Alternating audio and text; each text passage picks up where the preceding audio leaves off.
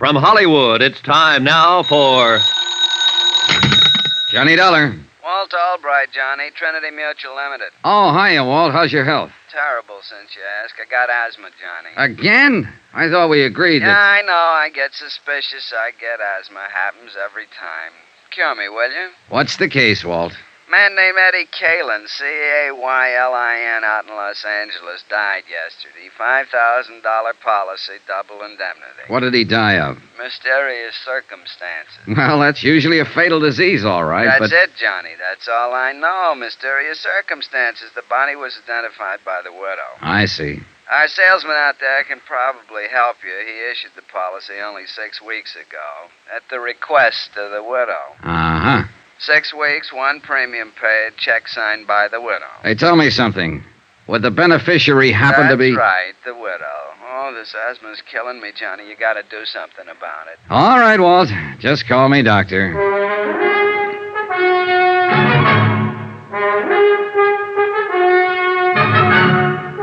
Tonight and every weekday night, Bob Bailey in the transcribed adventures of the man with the action-packed expense account, America's fabulous freelance insurance investigator. Yours truly, Johnny Dollar.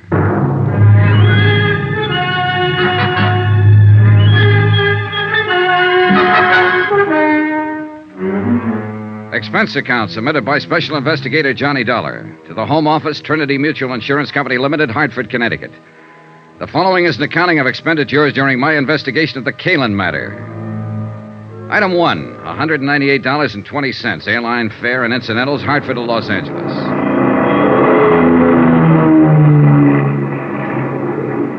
I hadn't arranged for anybody to meet me when I arrived at L.A., so I picked up my bags and headed for the taxi stand.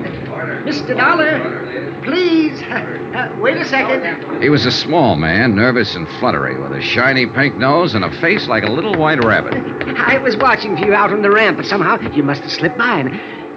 You are Mr. Dollar, aren't you? Yes, I'm Johnny Dollar, but I don't think I... Welch. Presley Welch. I'm the... Oh, yes, you're the district salesman here for Trinity Mutual. That's right. Well, how are you, Mr. Welch? Well, I'm out of breath at the moment. From running, you understand. You see, I'm troubled occasionally by asthma. You too? Oh, do you have asthma, Mr. Dollar? No, it's a friend of mine in Hartford. Oh, in Hartford? Oh, well, you don't say. Yes, in fact, I came out here just to cure it for him. Out here? Oh, this is the worst place you could have come. Oh, you see, the smog here is so Oh, no, I do believe you're joshing. I guess I am at that. Come on, let's add to my expense account with a cup of coffee. Oh, do you really think we should? Oh, why not? Let's be daring. All right, let's. I always say if the company can't afford it... If Presley Welch sold insurance the way he answered questions, it was amazing that he hadn't starved to death years ago. He skidded around the field, flip-flopped overhead, and buzzed the tower, all verbally, of course, and for 15 minutes he didn't touch a wheel to the ground. But when he did finally land, he came in with a swoop. I do hope you'll accept my apologies, Mr. Dollar, for causing all this trouble, because the whole thing is my fault, of course. Oh, I don't see how. Unless you murdered Eddie Caylin. Why, I scarcely knew him.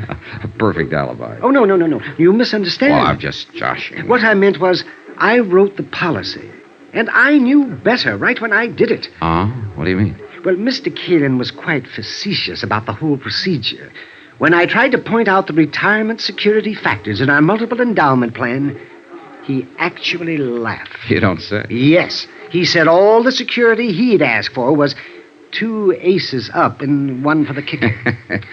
Well, what about Mrs. Caylin? What was her attitude? Well, she was quite serious about it. Wasn't she the one who actually applied for the policy? Well, not technically. The beneficiary can't, you know. It's against the rules. Yeah, I know, but didn't she... Well, she was the one, yes, that called me and asked me to come out and talk to her husband, and he finally signed the application, but he seemed to regard it as a joke. He only did it as a favor to her, something of that sort. And now it's turned out to be a $10,000 favor.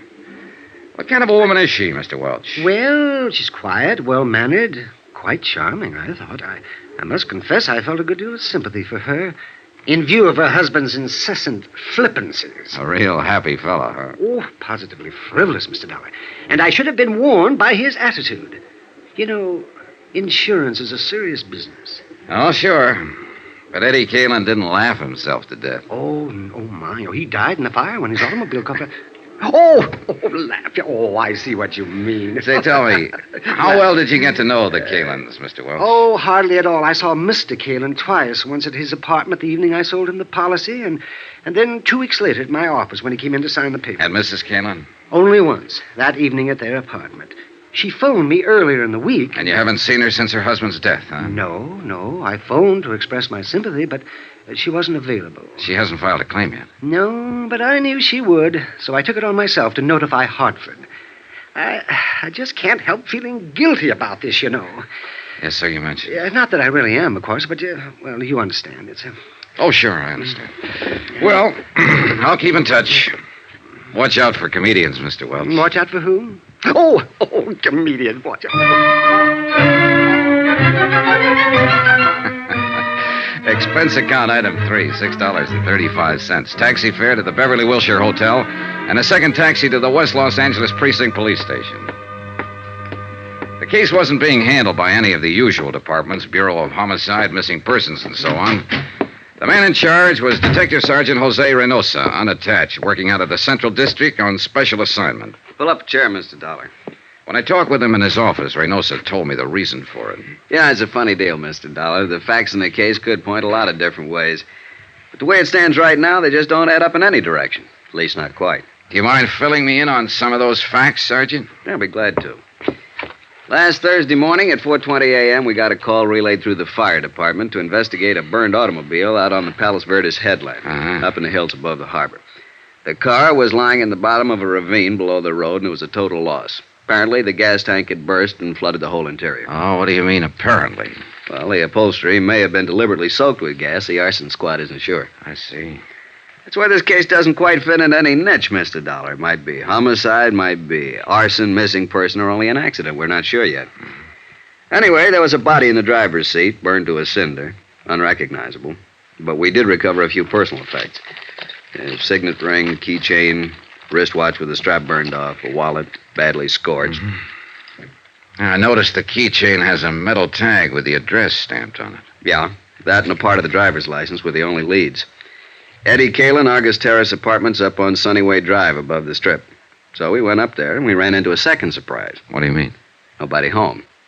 We attained access, found the place in a mess. There'd apparently been a fight, a chair and a couple of lamps were broken, and there were bloodstains in the living room. What about Mrs. Caylin? Located her the next afternoon. She'd been spending a few days at a friend's cabin up at Arrowhead. Does the friend confirm it? She was there alone, had her own car. Yeah, she might have come back to town that night, but we got nothing to prove it. Or disprove it. Right. Just another one of those maybes. That's all this case is, a collection of maybes. Yeah, I see what you mean. Tell me, Sergeant, just who was Eddie Caylin? Eddie Caylin, male, Caucasian, height 5'11", weight 175, complexion olive, hair medium brown, eyes gray, age 34, birthplace Chicago. What was he? What did he do? He called himself a promoter. Done a lot of things. Small-time agent for a while, handled a few singers and dancers, vaudeville and nightclubs. Been a bookie off and on, but mainly he was a gambler. Oh, and there's another maybe for you. Now, how's that? According to rumor, Eddie was in an all-day poker game. It broke up only a few hours before we found the car. The game was supposedly run by a big-time gambler named Topo Leanley. And the word has it that Eddie cleaned up something over $60,000. And there was no money found on the body? Nope. Have you talked to this, Topo? Sternly. We had him in here for 4 hours this morning. He never heard of Eddie Caylin. Wouldn't know a poker deck if he saw one. Spends all his spare time raising petunias and driving his dear old mother to church. Like that, huh? Like that. So there's another one for you. Maybe Topo didn't like the idea of losing $60,000, decided to get it back. Or maybe the widow wanted the insurance, or it could be that somebody else took a crack at him. And it's possible, of course, that Eddie mailed the $60,000 to a blonde in Milwaukee and just ran off the road by accident. Yeah, it's possible. But I don't think so. I don't think it was an accident. I'm always getting cases like this. It's the kind they always put me on. Officially, it's because I'm a college man and majored in criminology, but actually, it's because I'm a Latin, Mexican ancestry, and they know I get certain feelings about a case, hunches. Oh? And how do you feel about this one? It's hokey. Real hokey. And it's murder, not an accident. But beyond that, quien sabe. Why don't you poke into it a little, see what you can find? Then maybe we can talk it out some more over a bottle of Muscatel. Yeah, good idea. Where can I find Mrs. Caylin? Oh, the widow? Well, that's a good starting point. She's out at their apartment. There's the address. Okay, thanks.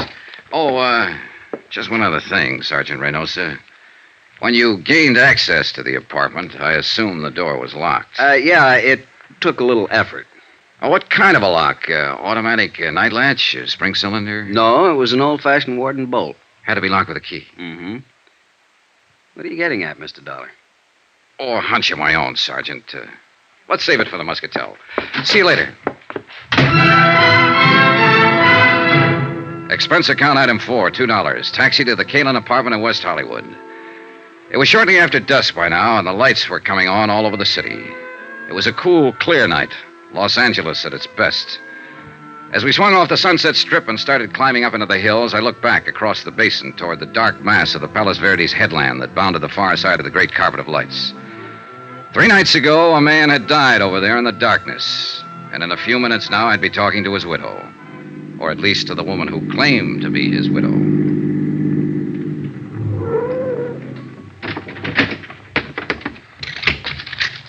Keep the change. The Argus Terrace apartments, like most of them in that section, sprawled up the hillside above the street. 6 or 8 apartments on as many different levels, all opening onto a central patio filled with walks, steps, and banks of tropical plantings. The Caylin's apartment was at the top, and I was still 50 feet from it when the door opened and a man came out and hurried toward me. I stepped back against the shrubbery and waited for him. Good evening, Mr. Welch. Oh, my. Oh, it's you. Your second visit to Mrs. Caylin? Second? Oh, yes, it is. I imagine you've been notified, too. Notified? Well, yes. I got a wire from the Home Office in Hartford this evening. That's why I'm here. Well, Mrs. Caylin has filed under the double indemnity clause of the policy a claim for $10,000. She has, huh? She hopes it can be paid immediately and without any trouble. Well, I don't like to dash a lady's hopes, Mr. Welch, but I've got news for the widow. News? The claim won't be paid immediately. And before this is over, there's going to be a lot of trouble. Oh? In fact, Mr. Welch, if my hunch is right, this claim is not going to be paid at all.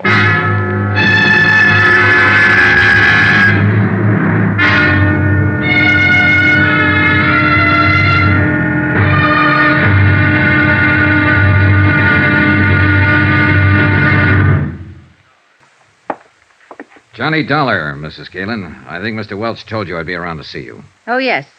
You're the special investigator the insurance company sent out. That's right. Mind if I come in? All right, Mr. Dollar. Thanks. In through here. Your company didn't waste any time, did they? Sending you out here, I mean. No more than you did in filing your claim. I have a right to it. With Eddie gone now, I need the money. I see. Sit down. Thanks. How many keys are there to that door? Keys? What do you mean? Your front door. How many keys do you have? Just one. Of course, Eddie had one. Why? What difference does it make? Just about enough difference to hang somebody. Cigarette, Mrs. Caylin. From Special Investigator Johnny Dollar, location Los Angeles, to the Home Office, Trinity Mutual Insurance Company Limited, Hartford, Connecticut.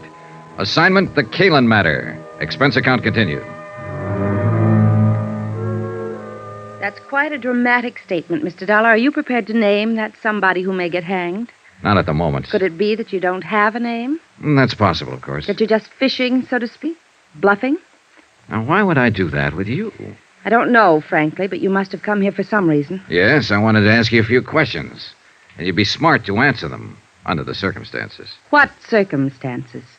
The only one I know anything about is the tragic one of losing my husband only 3 days ago. You have my sympathy, Mrs. Caylin. Sergeant Reynosa questioned me for hours. There's nothing more to answer.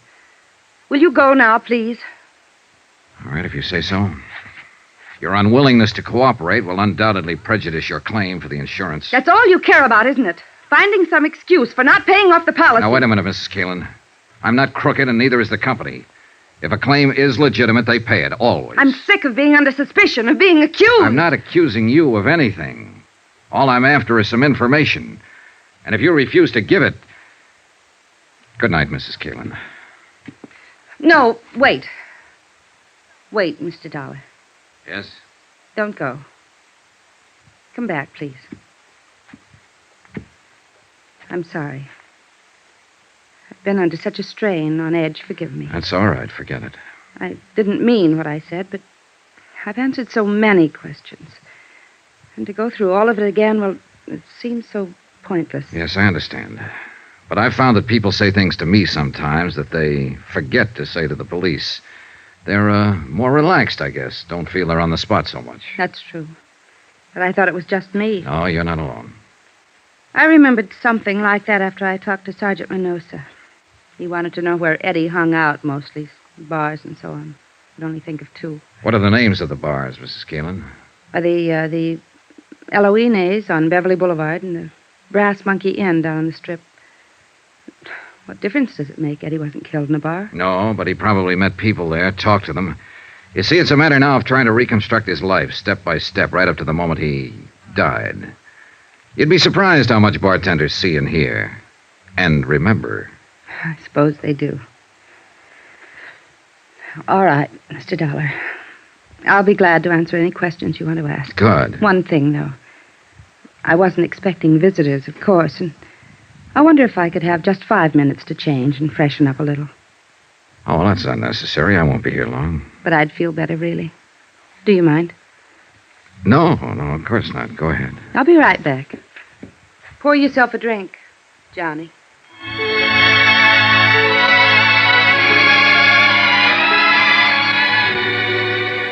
I had the drink and waited and got ready to brace myself. I've been through this before. Attack plan number 2, a common garden variety. When you can't beat 'em, join 'em.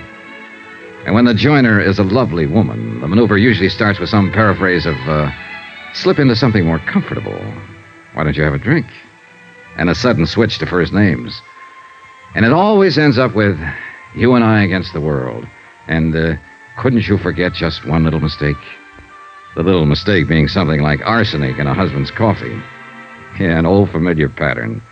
And a first resort just as often as a last. She was gone 20 minutes, not 5, but it was time well spent. A carefully casual touch with the hair. Makeup skillfully softened. Perfume. And one of those frothy nylon jobs designed for that special evening in. Bugle call, charge. Like another drink, Johnny? Thanks. I still have some. I think I could use one. Would you mind? Sure. What do you have? Scotch and soda, please. Thanks for being so patient. I feel better now. More, comfortable, huh? Something like that. Easy on the soda. Right. There you are, Mrs. Caylin. Thanks. Would you do something else for me? Oh, I'd be happy to. But I don't know your first name. Touché. All right. What are your questions? How do you think it happened? I don't know. Not some enemy, because Eddie didn't have any. Just friends. Too many friends. Who are some of them? There's only one who really fits the definition, who's really lasted. His name is Pete Steimer. Pete Steimer. Where can I find him? You can't. Or at least the police haven't been able to. Nobody's seen him since that night. He's had nightclubs off and on, and in between he makes books. What about those other friends, the ones who don't last? They drift in, drift out, depending mostly on whether Eddie had any money at the moment. Of course, there were women. Oh? Showgirls, mostly dancers, strippers, so on. Know any of them? Hardly. Ever hear any of their names? Always made a point not to. Otherwise, I'd have killed him long ago. Did you kill him, Mrs. Caylin? No. Did you love him? That's a good question. I think I'll have to pass it, though. I don't really know. I feel all hollow, smashed up inside over what happened. And yet there were times I'd have killed him myself if I'd had a gun. But there were other times, too, when it was so crazy sweet you wanted to die. Because you knew it'd never be like that again. Yeah, that's the way it was with Eddie. Mad, mixed up. Like watching a 10-ring circus from the front seat in a roller coaster. That's why women flocked around him. That's why they always ran from him later. You didn't run. Can I have another drink? Oh, sure.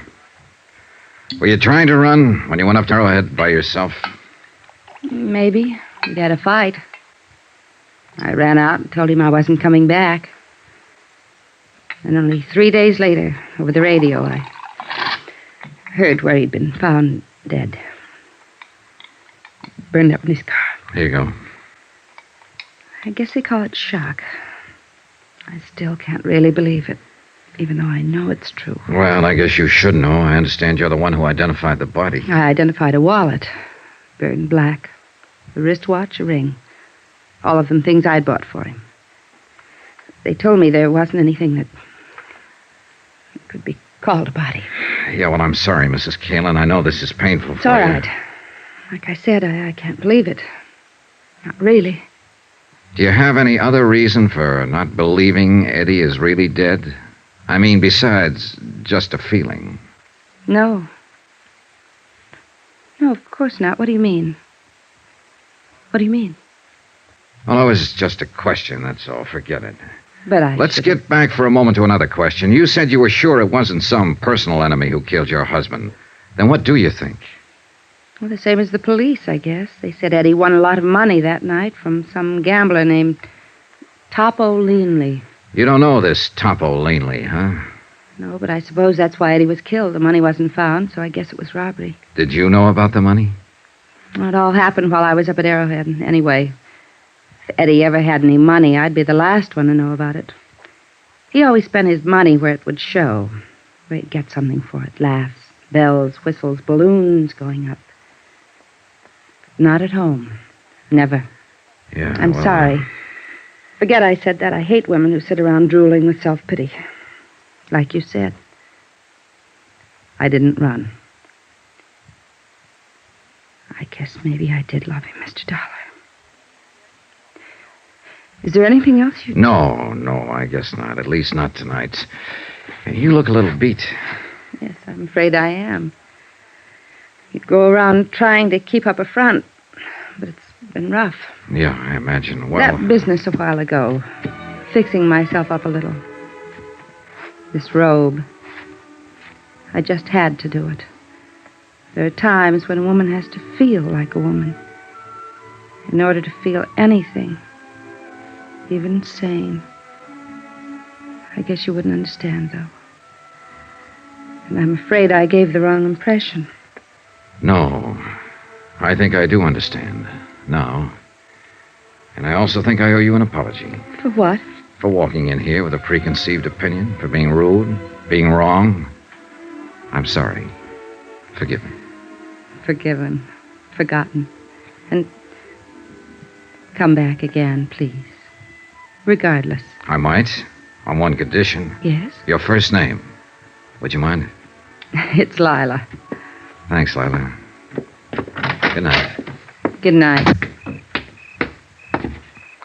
I caught a flash of movement from the corner of my eye and whirled around just in time to see somebody slip off the corner of the terrace and edge into the shadows of the shrubbery. I stepped off the porch and moved toward the dark hedge of banana and scrub palm. I was watching for a sudden attack, but nothing happened. Then I heard a slight sound on the next terrace level up the slope, a rustle of bushes, an accidental scrape of a shoe on the cement walk, and I slipped along the walk. I stopped at the head of the steps and listened. Nothing.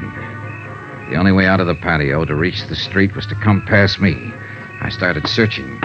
But even though I was on guard, when the attack came, it caught me off balance.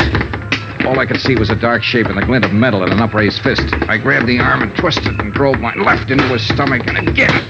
He rolled to his knees and raised his right hand, and again I saw the glint of metal. I jumped for him, grabbed his hand, twisted it back, and at the same time I swung my foot and kicked him in the jaw. Johnny! Johnny, are you all right? Yeah, I'm all right. Call Sergeant Reynosa, will you, Lila?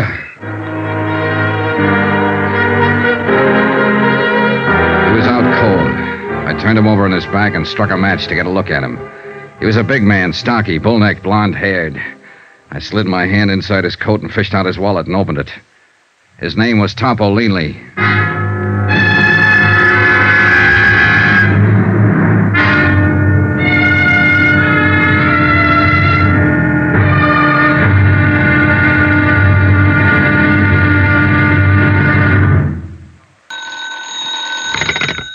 Dollar. This is Reynosa, L.A. Police. Oh, hiya, Sergeant. Any luck? Nothing.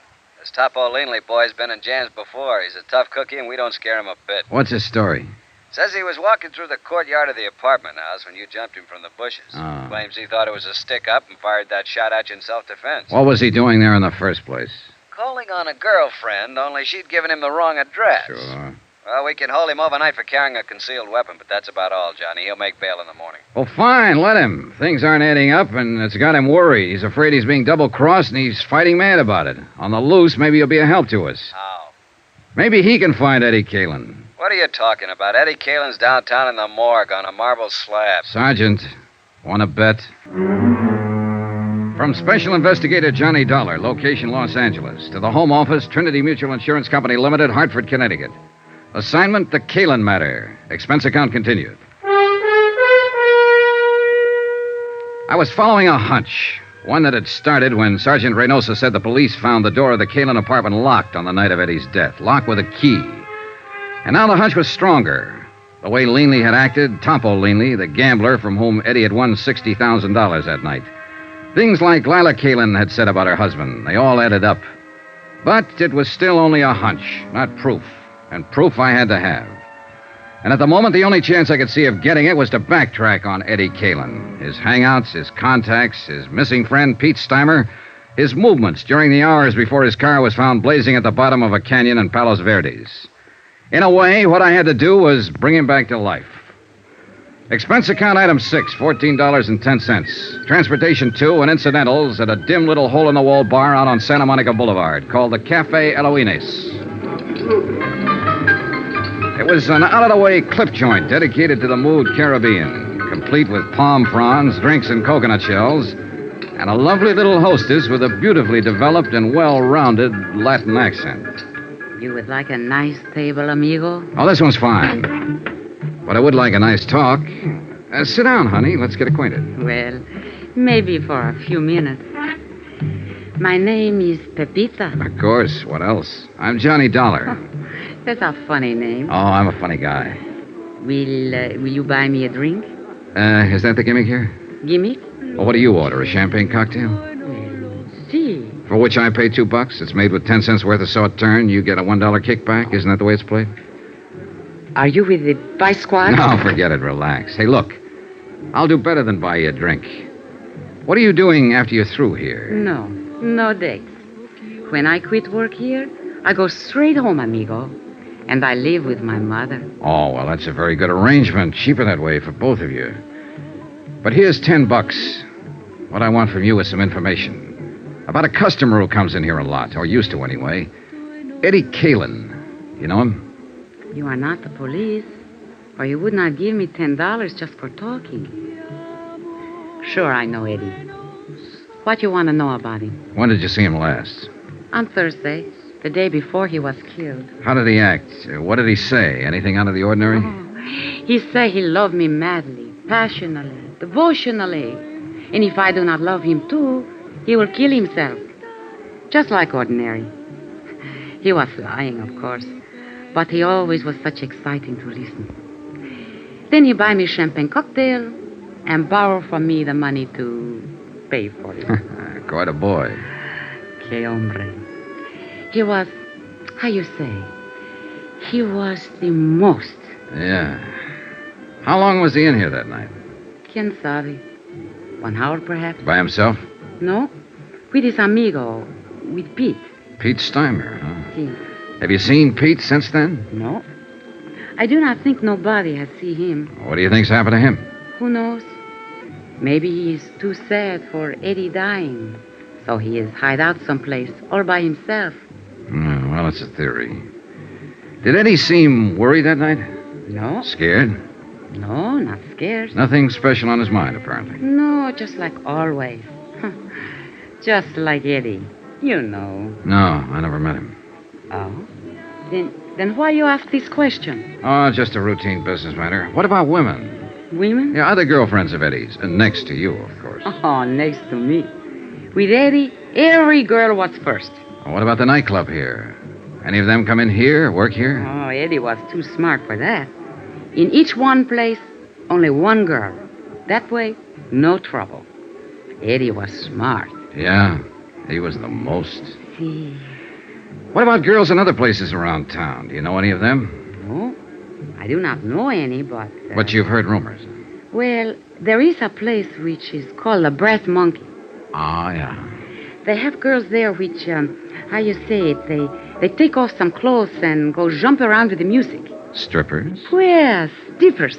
Well, somebody has always make jokes with me about one of those strippers. They say Eddie has had the big thing with her.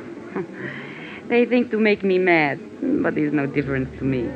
I know how Eddie is. Do you know the girl's name? It's a very silly name, which she has make up. It's Marty Midnight. Marty Midnight. She has black hair like me, but mine is natural black. Oh, yeah, sure. I figured as much. It's very beautiful. Muchas gracias, Johnny. Well, thanks for some pleasant conversation. You are leaving now? Yeah, what? But maybe you will come back.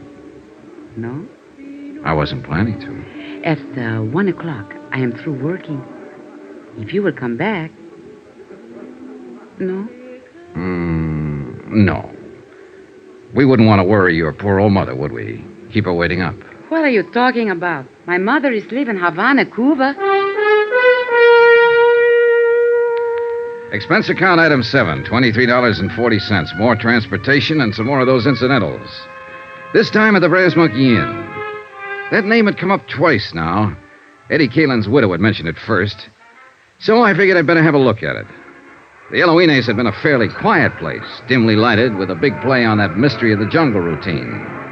But the Brass Monkey was a pony of a different tint. At the Brass Monkey, they let down their hair and really lived. The chorus line was on and at it when I arrived, and strangely enough, the girls were all dolls, pert, young, lively, 7 of them from left to right. But not one of the 7 had midnight black hair. I leaned against the service bar and waited for the bartender to come down out of the clouds and notice me, and he finally did. Oh, sorry, Buster. Just couldn't see you for looking at you. Oh, that's all right. Who'd bother with a customer at a time like this? Another art lover. Man, I'll tell you true, there is the cream of the crop. 7 shining sisters. The Pleiades, brother. The absolute up-top zenith of the entire ecclesiastic firmament. What do you have to drink? Scotch over ice. Checo. I read a lot. That's where I get all them big words. Always try to better myself. Get ahead, man, that's the thing. Yes, so I've heard. So I read all the time, and I got a system, too, a shortcut. You know all them books you see around? You know what they're full of? Well, opinions vary. Words. And you know where they get them? From the dictionary. So I don't mess around. I go right to headquarters. The only book I read is the dictionary. You what? Sure. Read it through twice, and now I'm clear up to J on the 3rd time around. You know what a joss house is? Yeah, it's a Chinese temple. I think I need that drink now. Oh, I'm sorry, Buster. Here you are. Say, you're pretty smart yourself. Oh, I'm a pedant. Pedant. That's with a P. Nah, I won't get to that for another 3 months. That's $1 even for the drink. Here you go. Keep the change. Well, thanks. Hey, this is a 20 you give me. Yeah, I know. Oh, I see. Well, Buster, the answer is no. I can't fix you up with one of the girls. All I want is some information. Like what? Like, where is Marty Midnight this evening? Oh, that I wouldn't know. She hasn't been around since, well, not for the last 4 or 5 nights. Since Eddie Caylin was murdered?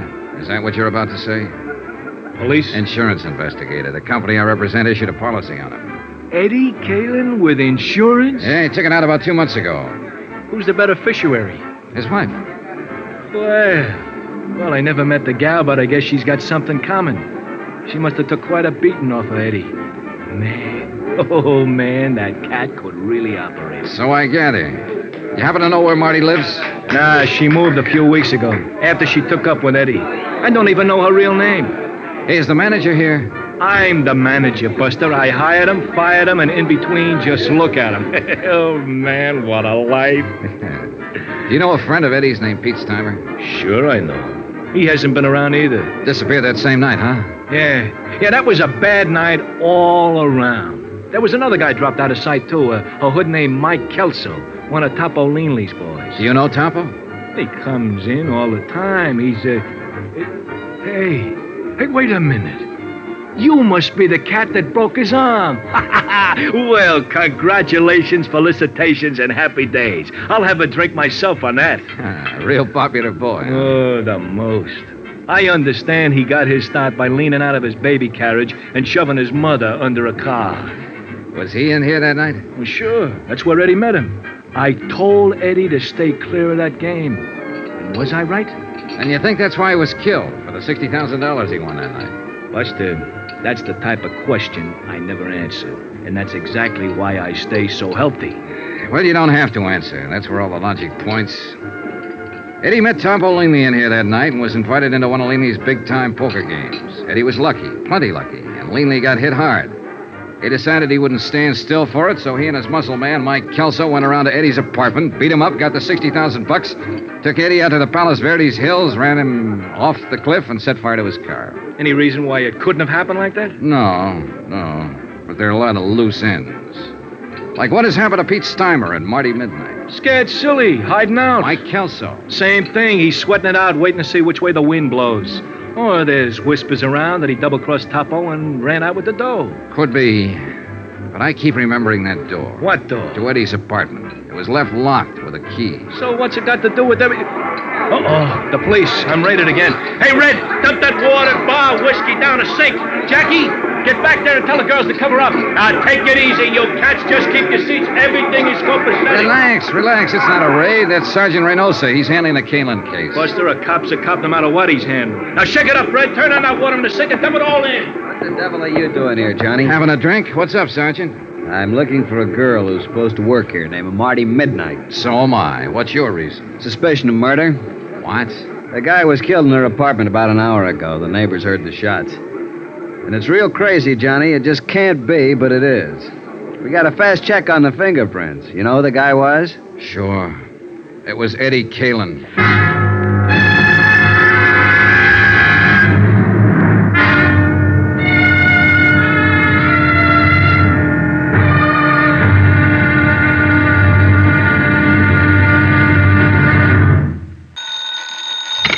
Johnny Dollar. Johnny? Well, that's strange. Is this Mrs. Caylin? Lila? Yes, someone from the police department asked me to call Sergeant Reynosa at this number, but I didn't... Yeah, Reynosa was trying to reach you, but your phone didn't answer. Well, I was just letting it ring. I was trying to get some sleep. Then the officer came by. Where are you, Johnny? What's happened? We're at the apartment of a girl named Marty Midnight. Ever hear of her?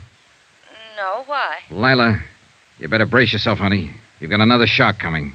Shock? What do you mean? Your husband didn't die in that burning auto? Eddie's alive? No, not now. He was shot to death an hour and a half ago here in Marty's apartment. Who did it? I don't know yet. Hang on to yourself, and I'll come by and see you as soon as I'm free here. Will you, Johnny, please? Promise. From Special Investigator Johnny Dollar, location Los Angeles, to the Home Office, Trinity Mutual Insurance Company Limited, Hartford, Connecticut. Assignment, the Caylin matter. Expense account continued. The homicide squad was finishing up its work when Sergeant Reynosa and I got back out to the apartment of Marty Midnight, star stripper of the Brass Monkey Inn. Eddie Caylin's body had been photographed, checked, measured, fingerprinted, examined, sketched, written up, and reported on. Taken out finally under a white sheet. I held the door open for the morgue attendants to get out with their silent burden and stood watching them wheel the stretcher down the walk and load it into the waiting ambulance. A light mist had started to fall, and a damp, cold blanket of fog was seeping down from the dark hillsides of Griffith Park beyond the road. There was a feeling of finality in the air, of the end of things. And for the man who died twice, it was final. Yeah, there was no doubt about it this time. Eddie Caylin was dead. I am tired, Johnny. Just plain dead dog tired. Yeah, it's getting to be a long night. Sit down and start talking. Any particular subject, Sergeant? You know what subject.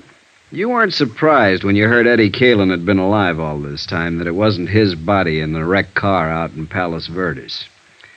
How come, Johnny? Why weren't you surprised? Because I was expecting it. Why else? No, you got to do more talking than that. Well, it started with a hunch. And the hunch started when you told me you found the door of Eddie Caylin's apartment locked. When you went there that night, he was supposed to have died. Yeah, I know. Locked with a key. You mentioned that, but... Well, that was the important part. If it had been a door with a night lock or a spring latch that snaps when you pull it shut, it wouldn't have been anything. It still doesn't, as far as I'm concerned. All right, look. There was evidence there'd been a fight in that apartment that night. We assumed that somebody had knocked Eddie unconscious or killed him there in the apartment, then taken his body out to his car, driven it out to the Palos Verdes headland, and set fire to it. That's right. Then at the time that somebody left the apartment, the heat was on. Mm-hmm. They had a body on their hands. Maybe someone had heard the fight, called the police. They had to get out fast. Yeah, sure, but... Under those circumstances, can you imagine anybody taking the time to go through Eddie's pockets to find his door key and bothering to stop and lock the door behind them? No, it's illogical. Except for one person, Eddie himself. How do you figure? With him, it would be just a matter of habit, locking the door as usual when he left home. All right, Johnny, I see your point. Then how do you call the play that night? About the way we were tagging it, up to a point.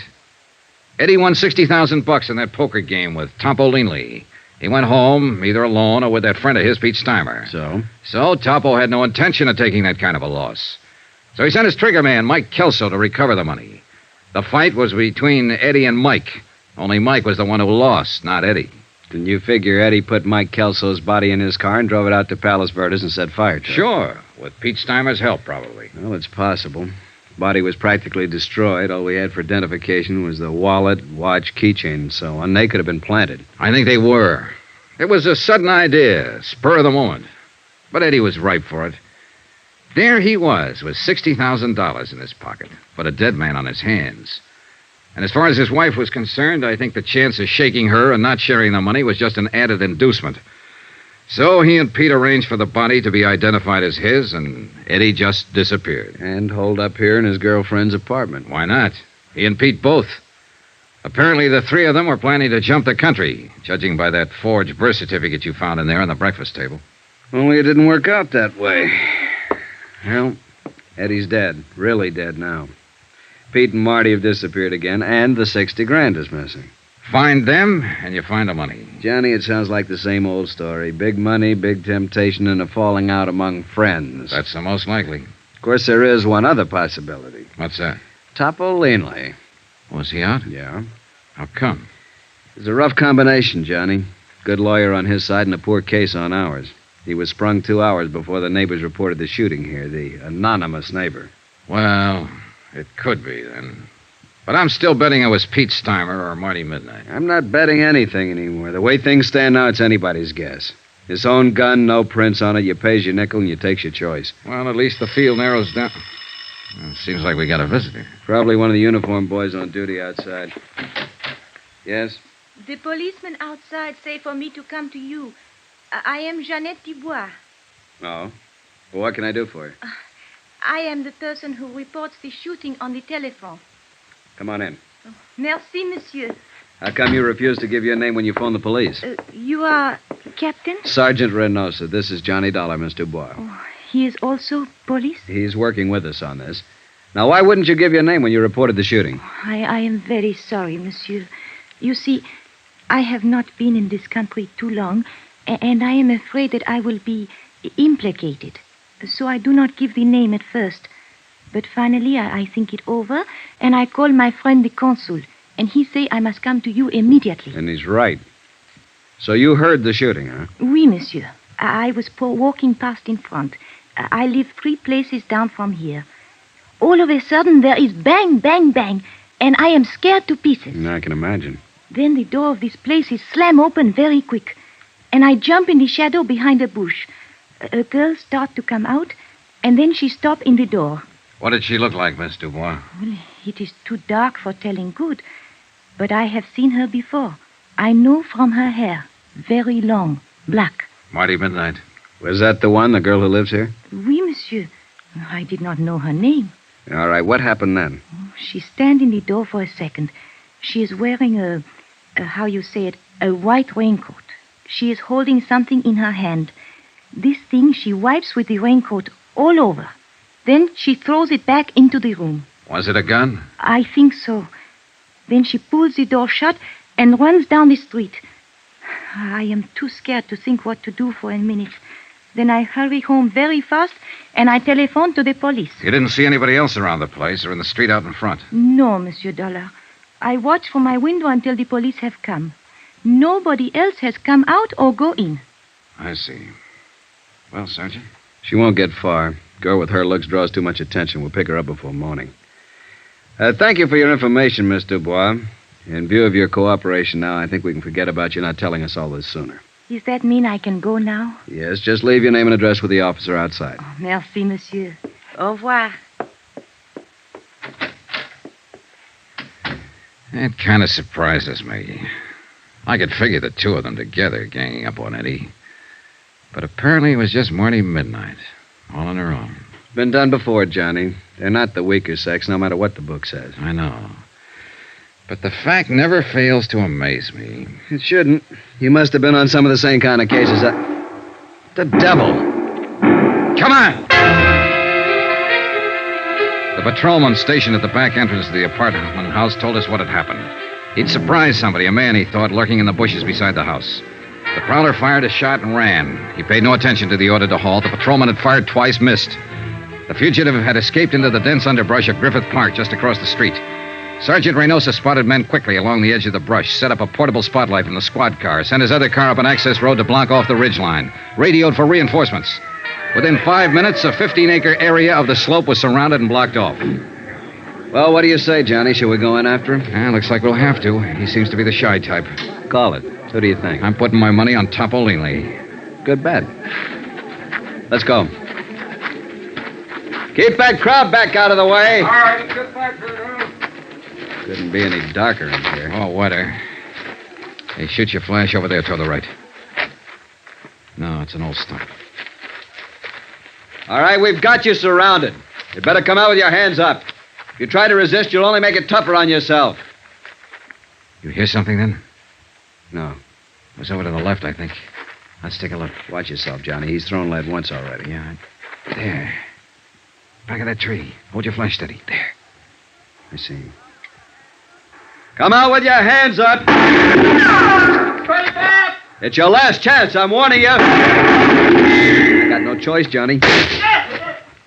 He's down. Come on, Sergeant.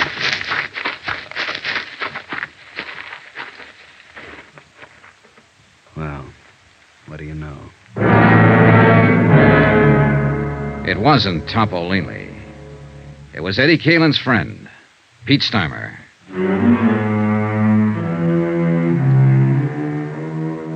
Expense account item 9, $1 for a newspaper, 2 packs of cigarettes, and a cardboard carton of hot coffee purchased from an all-night diner across the street from the Queen of the Angels Hospital.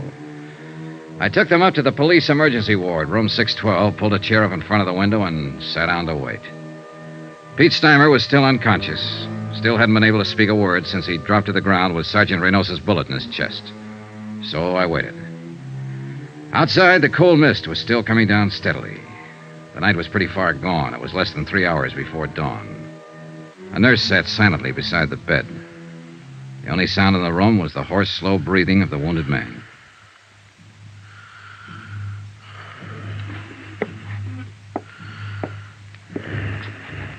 After a while, the nurse left the room for something, and Pete seemed to rouse slightly at the sound of the door.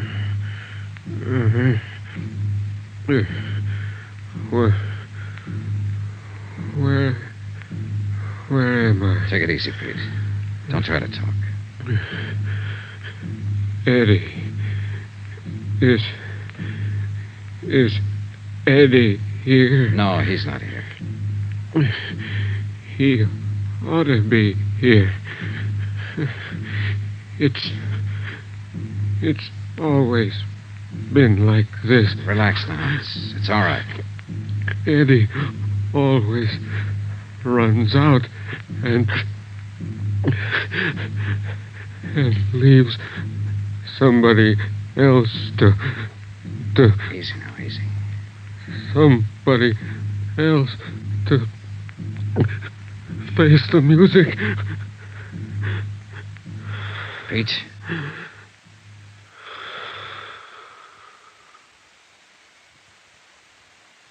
And those were his last words. before he went to face the music.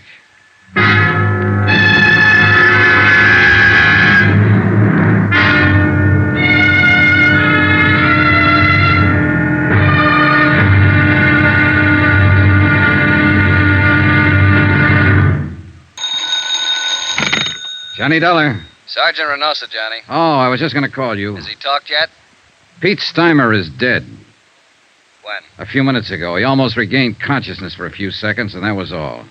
There's no chance to question him. It's too bad. Yeah, he might have been able to clear it up for us. I think maybe it is cleared up, Johnny, or will be at least in the next hour. What do you mean? We picked up Marty Midnight When? Where? a few minutes ago at the bus depot with a ticket for San Diego in her hand. I haven't talked to her yet. They're holding her at downtown headquarters. Why don't you meet me there? Fine, right away. Looks like the wind-up, Johnny. I hope so. I really hope. From Special Investigator Johnny Dollar, location Los Angeles, to the Home Office, Trinity Mutual Insurance Company Limited, Hartford, Connecticut. Assignment, the Caylin matter. Expense account, final page. Item 12, $1.60. Taxi from Queen of the Angels Hospital to police headquarters and interrogation room 9. The police clerk showed me to the observation anteroom and left. I paused for a moment and looked in through the one-way mirror window. Sergeant Reynosa was already there, and the girl, Marty Midnight, sat facing him across a plain wooden table. He was glancing through the arrest file and apparently hadn't started to question her yet. She was younger than I'd expected, not over 22 or 23, and she was obviously scared. But her face was set and ready, sullen, defiant. I tapped on the door, and the jail matron let me in. Oh, come on in, Johnny. Take that chair, if you will. Thanks. When do I get to see a lawyer? You go under the name Marty Midnight? That's right. I said What's your real name? How long have you been in Los Angeles? Where'd you live before that? You see we got hold of here, Johnny? Yeah, I see. One of those wise ones, or so she thinks. If you're ever arrested, keep your mouth shut. Somebody told her that back along the line. She thinks it's good advice. I want a lawyer. Don't talk. They can't pin anything on you. She believes it. She'll probably still believe it right at the door of the gas chamber. I haven't done anything. You gotta let me see a lawyer. It's a law. You'll see one at the usual time. I know that law, too, Marty. And you're not being deprived of any of your legal rights. What's your real name? Well, then I guess we'll have to contact your folks and see if they have any influence. Contact my folks? Who are they? Go on, tell me. Well, let's see. Oh, yes, Mr. and Mrs. John R. Jackline of San Diego at 426... How did you find out? And your name is or was Jean Luann Jackline. Don't let my folks know, please. I'll talk, Sergeant. I'll answer anything you want to know. If you just won't use my real name. If you won't let my folks find out, please. Suddenly, she was just a frightened kid, not a hard-boiled little chorus pony, a nightclub stripper, but only a scared girl who didn't want her folks to find out. She kept her head down, and she answered Reynosa's questions, her eyes lowered like a repentant school kid who had been caught playing hooky. Then I remembered. The charge here was murder. Did you know that Eddie Caylin was married when you started going around with him? Not at first. And later you found out, but you kept on going with him. Well, he said he was getting a divorce. He said he'd been trying to get free of his wife for 6 months, but she wouldn't let him. Did you believe that? Well, yes. I don't know. I didn't until he came here that night. He said we were going to run away to Mexico together. The night he killed Mike Kelso? Yes, but I told you I didn't know about that until 2 days later. And it was self-defense, honest. Mike was trying to hold him up to get back the money Eddie won in that poker game. It was self-defense. Then why did Eddie go into hiding? Well, I told you that, too. It was his chance to get away from Lila and... Where were you going when the police arrested you over there in the bus station? San Diego. To my folks. Nobody here ever knew me by any name except Marty Midnight. I didn't think you could trace me. And you didn't want to be traced? Well, of course not. I came back and saw the police car at my apartment, and then I knew you'd found Eddie. I didn't want to be mixed up in it. Why'd you kill him? Marty? Kill who? Eddie. It wasn't Eddie. It was Mike Kelso. Eddie's the one who killed him in a fight. I told you that. It was... Oh, but you know it wasn't Eddie. You picked him up at my apartment, didn't you? Yeah, sure. We picked him up. In a basket. What? He's across the street to the morgue. Why'd you kill him, Marty? I didn't kill anybody. I didn't know Eddie was dead. I was coming home and I saw the police car. I thought you'd found him, that's all. I didn't know he was dead. I didn't kill him. You gotta believe me. I didn't know anything about it, honest. Honest. Marty Midnight. Sharp, hard, tough. A striptease dancer who'd been around, knew all about it. Marty Midnight. A scared, sobbing little child. Honest. Cross my heart and hope to die. Well, maybe she would. I left a few minutes later, and Sergeant Reynoso walked out with me to get a breath of air. It was a cold, gloomy night with a gray dawn just ahead. 3 people were dead. And in the great stone building we walked out of, the machinery was grinding away, getting ready to take the life of a 4th one. Well, I guess I better get back inside, Johnny. Yeah, all right, Sergeant. The lab boys are making a paraffin test. You know, it's too bad. She's just a kid. Yeah. I was hoping it'd be Topo Leanley. That I'd love. He's long overdue. Well, he's still on the loose. It's a kid up there. You know it, and I know it. And anything else is just wishful thinking. That witness saw her leave, saw her wipe off the gun, throw it back into the apartment. Yeah, I know. Well... Where'll you be, Johnny? The hotel? Oh, not for a while. I'm going to stop by Lila Caylin's. At this time of night? Oh, she'll be waiting up. I promised her I'd see her and tell her what happened. She's, taken quite a beating out of this mess. Why do they do it, Johnny? Why do dames fall for a guy like Eddie Caylin? Philosophy? At this time of morning? I'll see you later.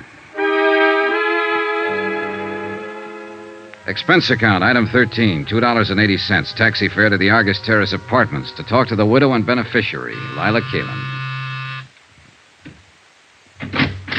Oh, Johnny, come on in. Thanks, Lila. I've been sitting in here in front of the fireplace all night long. I'd almost given you up. Well, a lot of things happen. Man, I'm really beat. Coffee or a drink? Coffee, I guess. Black. Is it all over now, Johnny? Well, it amounts to that. They've apparently got the killer. Who? That girl he was hiding out with, Marty Midnight. She's a striptease dancer. Why? Why did she do it? The money, I suppose. They haven't found it yet, but they will. Here's your coffee. Oh, thanks. I feel sorry for her. Maybe because I feel sorry for myself or anybody who ever got mixed up with Eddie. Why do we do it, Johnny? Why do we go blind when a guy like that comes along? I don't know. You tell me. I wish I knew. Maybe a girl I met yesterday evening had it tagged. She said she knew Eddie was always lying. But he made it sound so exciting. He did. I had 4 years of it. Never knowing when he'd walk out and not come back. Never knowing who he was with. Knowing only one thing for sure. That he was lying to me every hour of the day. Now that it's over, I wonder why I went through with it. But he did make it sound exciting. Well, the best thing you can do, Lila, as soon as it's cleared up. Who can that be? This Oh, it time might be Sergeant Reynoso. I told him I'd be here. Hello? Oh, yes, just a moment. You were right. Thanks. Yeah. Hold on to your hat, Johnny. It's wide open again. What do you mean? That paraffin test, negative. What? Marty Midnight hasn't fired a gun in the last 2 days. She was telling the truth, witness or no witness. So it looks like Topo Leanley's aboard. Sergeant, wait. Huh? What was Marty wearing when they picked her up at the bus depot? Why, well, the same thing she was when you saw her. Skirt and sweater. Did she have a coat on? A short jacket. What are you getting at? Hey, Johnny, you still there? Sorry, I was thinking. And it figures. Sergeant, can you come out here right away? To Lila's place? Why? It's important. Believe me. All right, Johnny, right away. What was it, Johnny? Lila with the coal black hair. It's beautiful. Well, thank you, Johnny. Pepita has black hair, too. And Marty Midnight. Eddie only liked dark-haired girls. But Marty didn't have a white raincoat. I'll bet you do, though. What? Where is it? Here in the closet? Johnny, Uh-huh. what's this all about? A witness saw a girl leave Marty's apartment right after the shots, but it was dark and all the witness could make out was the black hair and the white raincoat. What do you mean? The witness saw the girl wipe off a gun on the front of her coat, then throw it back into the apartment and run. There are smudges on your raincoat, Lila. It's grease off the door of the car. Supposedly you haven't been out of this place since I talked to you yesterday evening, but it hadn't started to rain then, and the coat's damp. Why did you kill him, Lila? You're out of your mind, Johnny. It's no use, honey. Reynosa's on his way out here. They'll make a paraffin test and prove you fired a gun. They'll probably dig up the taxi driver who took you out there. They'll search the place here, find the money. Was that it? The money? Was that why you killed him? No. I didn't mean to. When I went out there. Yesterday evening while I was talking to you, I suddenly wondered if it might not have been somebody else's body in that car. I knew about Marty Midnight, of course. I knew about all of them. After you'd gone, I went out there. Waited until I saw Pete Steimer leave, finally Marty. And I forced my way in. So? And Eddie was furious. We argued and fought. Eddie drew a gun on me. He threatened me. We struggled. So that's going to be your pitch, huh? Plea of self-defense. That's it, Johnny. Self-defense. Well, good luck. You'll need it.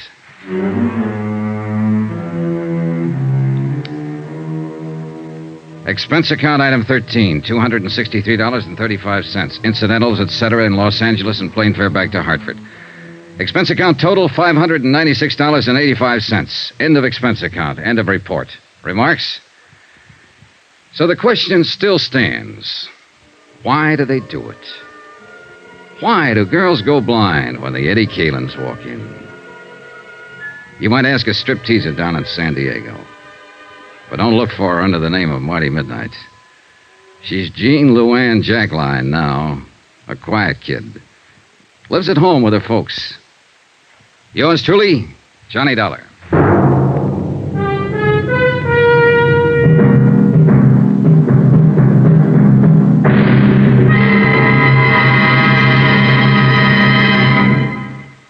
Now, here's our star to tell you about next week's intriguing story. Next week, the case of a beautiful girl who refuses to see the man she loves as he really is. A killer. Join us, won't you? Yours truly, Johnny Dollar.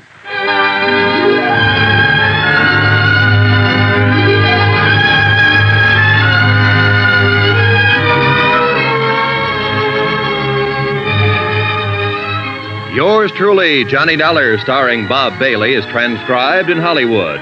Written by Les Crutchfield, it is produced and directed by Jack Johnstone. Heard in this week's cast were Virginia Gregg, Lucille Meredith, Alma Lawton, Gloria Blondell, Howard McNear, Harry Bartell, Peter Leeds, and Byron Kane. Musical supervision by Amerigo Marino. Be sure to join us on Monday night, same time and station, for another exciting story of yours truly, Johnny Dollar. This is Roy Rowan speaking.